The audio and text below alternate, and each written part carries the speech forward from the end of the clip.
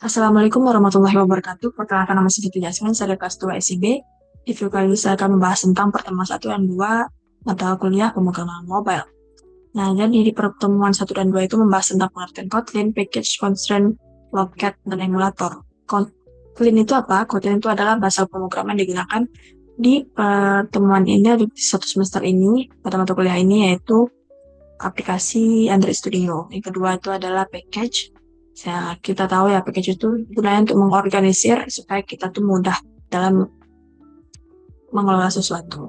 Kemudian constraint itu adalah seperti mengkaitkan komponen satu dengan komponen lainnya supaya saling terikat gitu. Karena ini beda, nggak sama kayak Figma. Kemudian yang keempat itu ada locket. Locket itu ada seperti tampilan log secara real time. Yang terakhir ada emulator. Emulator itu adalah tempat kita run. Sama kayak Figma, nanti ada tampilan HP gitu dari hasil desain yang udah kita buat. Lanjut aja kita ke praktikum.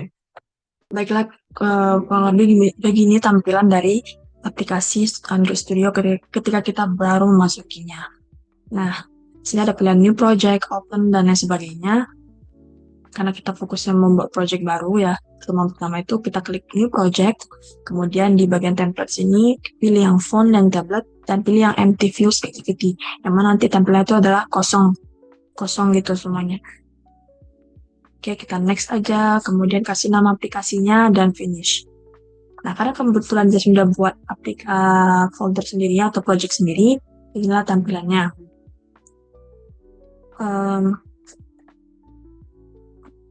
Nah, ketika memasuki project baru itu nggak serta-merta langsung berubah menjadi Android. Nanti dia pertama itu adalah dia project. Perlu waktu yang cukup lama untuk berubah menjadi Android. Nah, artinya apa kalau kita udah berubah menjadi Android, baru kita bisa eksekusi atau kita bisa kerja di aplikasi ini. Nah, proses itu yang namanya importing. Perubahan dari project menjadi Android. Nah, setelah itu, emulator tuh yang ini ya, tampilan. Jadi kayak seperti realisasi dari desain yang udah kita buat. Kemudian package itu adalah folder yang bisa kita buat dengan cara, misalnya sini, klik kanan, kemudian package. Dan langsung pemberian namanya. Nanti muncul folder yang udah kita buat. Itu ya, misalnya di pertemuan 2 gitu, nama foldernya. Seperti itu. Yang mana sih yang constraint itu? Nah, jadi constraint itu, kata Bapak, ini, tali-tali ini. Jadi, pas masuk, oh, kayaknya nggak usah constraint dulu deh. Langsung ke ini aja deh, gimana caranya eksekusi atau memasukkan perintah ini, apakah dengan cara codingan atau kita drag and drop. Nah, jadi, di sini kita bisa split dulu ya. Split untuk dua tampilan, ada desain dan juga codingan. Nah, jadi ketika kita memasuki tampilan ini, itu bakalan kosong ini karena udah terisi karena Jasmine mau tugas ya. Nah, dia tuh pertama full putih dan semua nggak ada apa-apa. Project codingannya juga masih kayak paling di sini ada kayak kata-kata yang diambil dari sini text view tulisan hello world seperti biasa. Nah, kemudian di palette ini ada text view, fungsinya untuk menampilkan sebuah kata aja kata. Kemudian ada button kayak gini, kemudian ada image view untuk memanggil si ini gambar, ya gitu kan, dan lain sebagainya. Guna ini tuh ada text view, kemudian ada button, ada image view, kemudian ya kurang lebih. Oh, ini ada horizontal divider yang ambil dari widgets. Ini yang ini.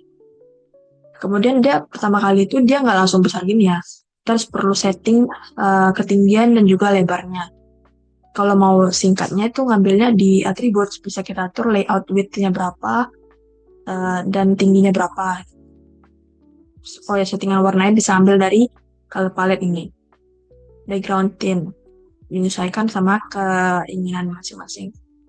Nah, di sini tuh ada kayak gambar apa sih kalau di UI UX itu kayak wireframe apa? Itulah pokoknya. Nah, di sini tuh tugas ya membuat tampilan untuk menghitung rumus-rumus dari bangun datar atau bangun ruang. Nah, jadi ada dua pilihan yaitu segitiga dan lingkaran, juga kubus sama segitiga. Itu milihnya yang kedua, segitiga sama kubus. Jadi disuruh menampilkan ketika kita si user itu menginputkan alas, tinggi juga sisi, muncullah hasil dari luas atau sekeliling dari segitiga. Begitupun juga dengan kubus. Jadi menyesuaikan ya sama masing-masing. Nanti ada button, ketika ditekan akan muncul tulisan hasil dari eksekusi nilai-nilai alas, tinggi sisi dan lain. Ya begitupun juga dengan kubus. Nah, langsung aja ya kita ke eksekusinya. Jadi ini sama ya, nggak perlu dijelasin juga ya, ini simple. Cuman untuk mendrag sebuah text view yang kalau mau, ya paling kalau mau apa namanya, biar tampil lebih cantik, bisa diatur fontnya, ukuran fontnya, kemudian size-nya, ketebalannya, atau mau italic, detailannya, itu ada settingannya, ada kodenya, font family, terus hint. Hint itu kayak ini loh, ketika diklik itu dia kayak gini. Nah, ketika kita apa namanya masukkan nilai, itu dia hilang. Apa sih namanya, lupa ya sih. Nah, kayak gitu. Nah, jadi langsung aja kita ke ini. Udah siap misalnya di bagian desain kan ya, udah sesuaikan semuanya, jadi atur semuanya, kita ke main activity. Nah, di main activity inilah tempat dimana kita ngoding. Logikanya tuh di sini. Nah, jadi kan udah semuanya ya tampilannya seperti ini. Di main activity ini kita kasih dulu, kita jelaskan dulu variabelnya. Oh ya, masing-masing dari komponen-komponen ini ada ID-nya ya. Nih, setiap itu ada ID-nya dan harus berbeda biar nggak error. Nah, jadi setiap itu tuh ada ID-nya, setiap komponen. Nah, jadi misalnya gini, kita mendeklarasi variabel alas gitu kan. Ed itu singkat dari edit text. Nah, edit text itu dia kayak gini, bisa input gitu kan, bisa input data. Kalau text view itu kan cuman kata-kata aja kan, font biasa aja. Ini text view yang 0 ini hasilnya text view, semuanya text view.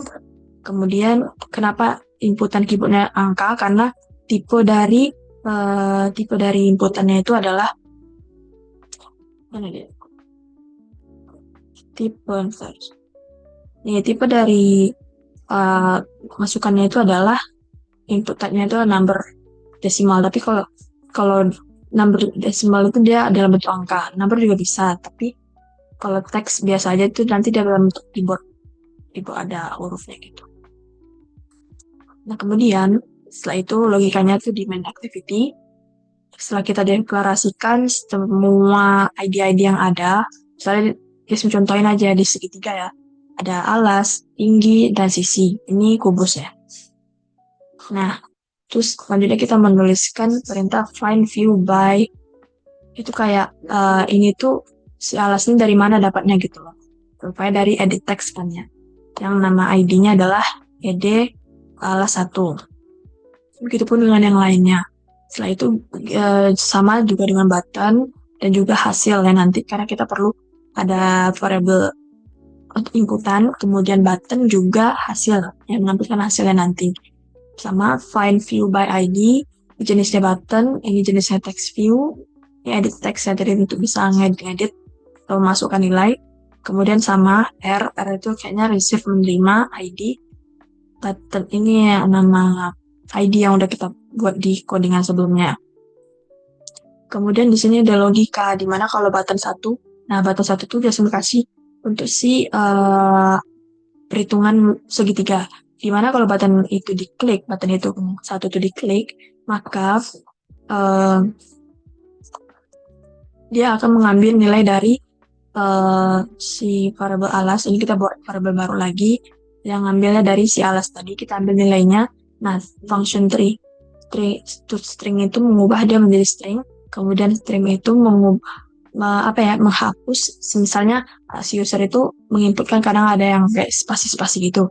Nah, jadi kalau ada fungsi di trim ini, itu menghapus segala spasi-spasi yang ada, kecuali kayak jarak dari satu angka ke yang lain gitu. Itu nggak dihapusnya. Jadi lebih memudahkan gitu kan. Nah, setelah nih, button hitung itu mengambil nilai alas, tinggi, dan juga sisi. Kemudian ada is empty fields bernilai false. Nah, itu maksudnya kayak dia itu harus bernilai true.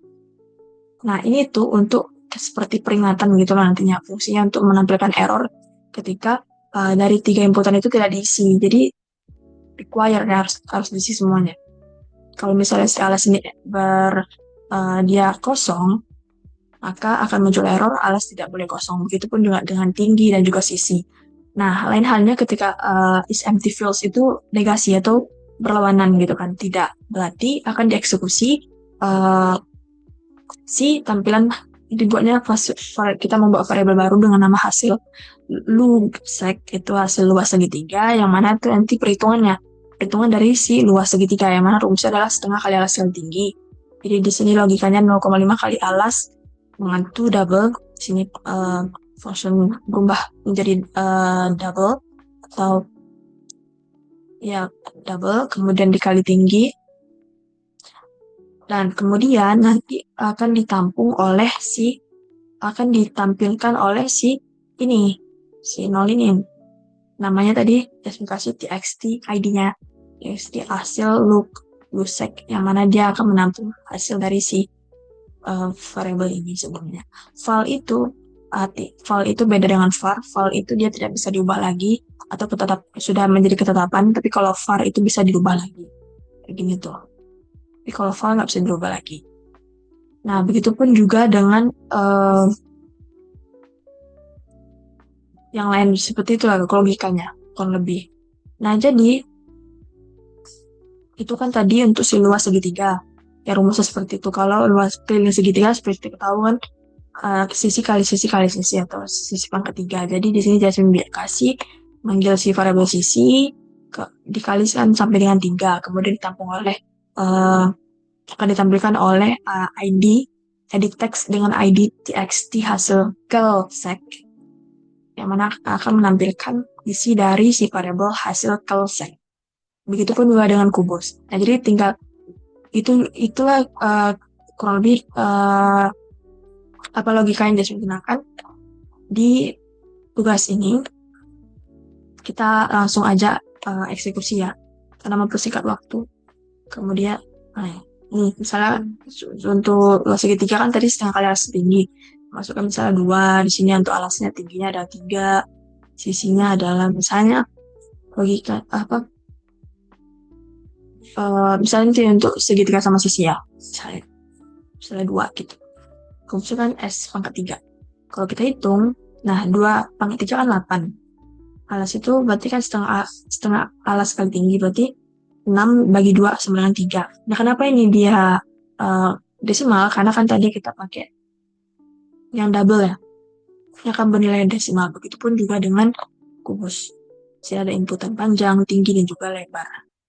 Sama, kalau kubus itu bisa menghasilkan rumus luas dan juga volume kubus, yang mana meminta inputan panjang, tinggi, juga lebar, dengan rumus yaitu untuk luas 2 kali panjang kali lebar ditambah panjang kali tinggi ditambah lebar dikali tinggi, akan ditampung oleh si ini, hasil ini dengan ID txt hasil luas kubus maksudnya, yang akan menampilkan nilai dari si variabel hasil lookup sudah kita buat sebelumnya, bukan dalam bentuk string sama yang masih double.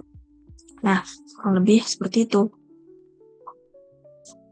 Ini untuk next, sembarangan aja kita hitung. Nah, ini kan kalau diisi semua kan ya, coba kita nggak isi salah satu, nah maka akan muncul pemberitahuan atau error, pesan error alas tidak boleh kosong. Nah, inilah tadi fungsi dari sini nih, kita deklarasikan ini. Kalau si alas ini kosong atau si keadaan si is empty fields itu bernilai true, maka akan muncul error alas tidak boleh kosong.